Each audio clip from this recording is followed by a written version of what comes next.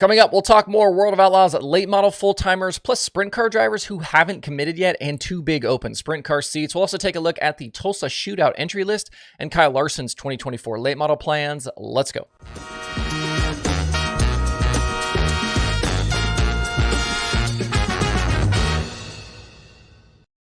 It's Thursday, December 21st. I'm Justin Fiedler. This is DIRTRACKR Daily. While we continue to have a fairly big focus on the full-time sprint car fields for next season, the late model series continue to grow their groups as well. As of yesterday, the World of Outlaws late models full-timer list up to 12 with the return of Brian Shirley. In 2023, as a platinum team, Shirley ended up 6th in the final standings. He had a win, 9 top 5s, and 24 top 10s in 38 races.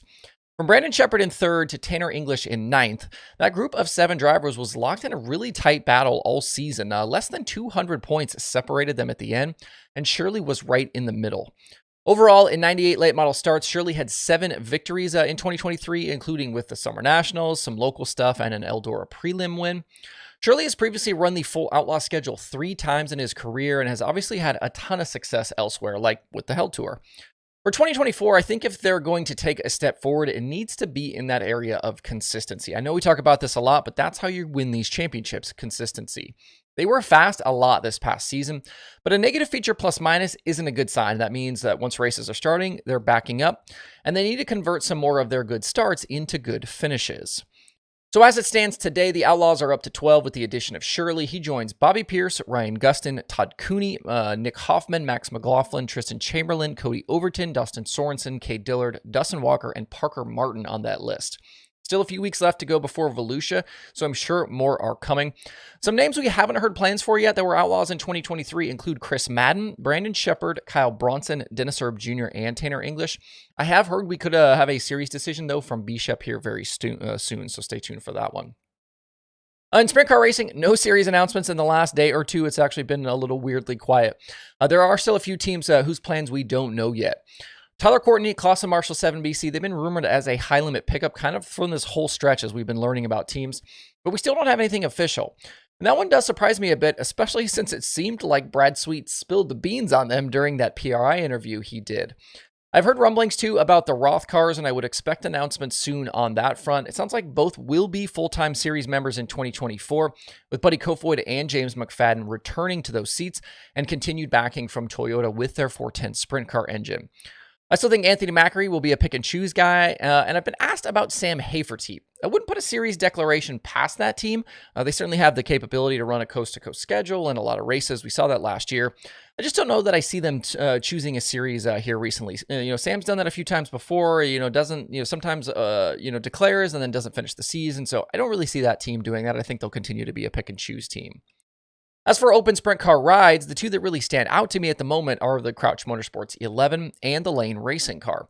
There was chatter that maybe the CMS 11 had a driver, and the expectation was that it was going to go high limit, but it sounds like things maybe didn't pan out, and didn't pan out here very recently. I've seen multiple comments about that team maybe just focusing on Brenham Crouch for next year, which they could certainly do, but don't forget that they ran 2 full teams a season ago with the 11 that had Buddy Kofoid and Corey Lyson in the car, and Brenham out full-time with the IRA plus other shows. It's not like they're switching the 11 into the one car. The one car was its own thing last year, and I think will continue to be.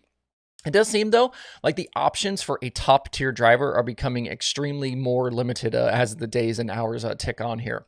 I think team owner Leighton Crouch was hoping to replace Corey Lyson with a proven championship contender, but he wasn't able to get a deal done, so I'm not sure what they do. And I haven't heard anything about the Lane car, although I don't see them going full-time with either national series. The All-Stars, I think, worked out well for them. Their footprint was a lot smaller, allowed them to stay around Ohio more. But I can't see that team, really towing to California, if they were able to do high limit or if they decided to do high limit or the World of Outlaws, that's something they would have to do. So they could revert to a more Ohio and pick and choose schedule, but they would obviously need a new driver as Chris Windham has moved on to Vermeer. Out in Oklahoma, the Tulsa Shootout gets underway in just less than a week. Teams start loading in on Tuesday, December 26th, with on-track action starting next Wednesday. Looking at the entries, we are north of 1,600 cars at the moment across the 6 different divisions. Those days will be jam-packed to get everyone racing through the weekend. There's going to be a lot of names, that you're going to hear at the Tulsa Shootout that you won't recognize, but plenty that you will through the event. We talked yesterday about Ricky Thornton Jr. running the four main divisions, and some other names to expect over the week include Logan Seavey, Kyle Busch will be back, Joby Miller, Kenan McIntosh, Jason McDougal back in a car, and Dazen Pursley, Chase McDermott, Emerson Axum, Kaylee Bryson, Tyler Courtney's going to be there with Christopher Bell's stuff, Noah Gass, Jerry Coons Jr., Jonathan Beeson, and Blake Holland, just to name a few here. There'll be plenty of big crashes over the week, bent metal, bent feelings. We'll put the over-under on the top of the Ram fights at 3 for the week. You can always figure somebody will get thrown out of the expo for a pointless C-main incident. Looking at the Flow Racing schedule, the Shootout is actually the next event they have, and you can watch it live all week over there.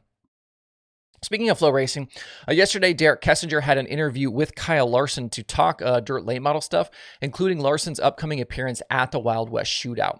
For the second year in a row, Larson is trading a midget and the Chili Bowl to run the late model in New Mexico. As for the rest of his 2024 season, Young Money told Suave that he thinks maybe 15 late model races are possible. It seemed for a while that the late model had become a bigger focus for Larson on the dirt side, but it's definitely shifted back here lately to the sprint car. By the time he gets in the Rumley 6 at Vado, it will have been something like 6 or 7 months in between late model appearances. And that will continue next season with the addition of High Limit, and Larson set to race more than 20 times over there, plus scattered other shows with the Outlaws and some of the big money stuff. The Silva 57 and Larson showing up to High Limit races will be key for promotion and eyeballs for that side. So when he has opportunities to race dirt in between NASCAR and his Indy 500 attempt, you can sure Larson is going to be in the sprint car a lot. You can watch that full interview with Suave right now over on Flow Racing. Each offseason, we get this bombardment of schedules this time of year. You get the series stuff, the track stuff, and while I try and cover the big things, the series, the speed week, stuff like that, things like the track schedules, the weekly track schedules usually get ignored. There's just too many to talk about. And yesterday's release from Volusia Speedway Park is normally one I wouldn't pay much attention to, but there were a few interesting bits at the bottom. While we haven't even started 2024 yet, we already know some important 2025 dates for Volusia. The early season Sunshine Nationals for the World of Outlaws Late Models are back January 22nd through the 25th in 2025, followed by the USCS Sprint Car Shootout January 30th through February 1st. And the DIRTRACKR Nationals is set to take place February 4th through the 15th in 2025. So while some tracks and series are still trying to secure dates for next year, WRG already marking down dates for well into the future. That's it for the Daily Show today. There's a reasonable chance I could do a Friday Daily Show this week if we have any news break in the next 24 hours or so. If not, though, I've got 2 really good Conversations episodes already done, ready to go for next week, and I'm hopefully recording a 3rd one today. So stay tuned for that and plenty of other content to come over the Christmas week. I hope you guys have a great Thursday out there. We'll maybe see you back here tomorrow.